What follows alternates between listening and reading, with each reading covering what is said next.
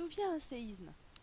Alors en fait, les mouvements des plaques créent des contraintes permanentes dans les roches de la surface du globe. Ici, on voit des flèches qui représentent des forces de compression qui s'opposent, ou bien alors il peut y avoir aussi des forces d'extension, les flèches iraient dans l'autre sens. Ces roches qui sont soumises à des forces opposées sont quand même des solides qui sont très durs.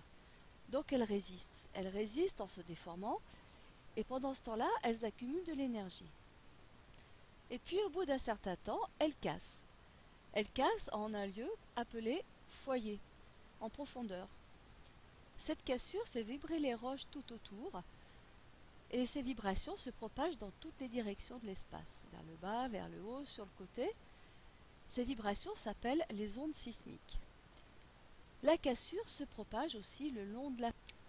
Et les deux blocs qui sont de chaque côté de la faille peuvent se déplacer plus ou moins suivant la force du séisme.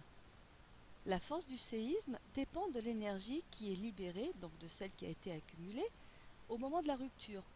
Et cette énergie qui est libérée au moment de la rupture s'appelle la magnitude. Elle est mesurée avec l'échelle de Richter. Les ondes sismiques continuent de se déplacer dans toutes les directions de l'espace.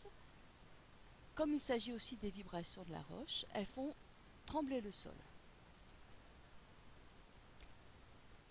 En s'éloignant, les ondes sismiques deviennent de moins en moins fortes.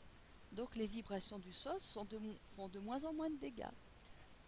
Ainsi, une station sismique proche du foyer enregistrera les ondes sismiques en premier, ici à 6h43 minutes et 10 secondes, avec de fortes ondes sismiques qui font de grandes amplitudes.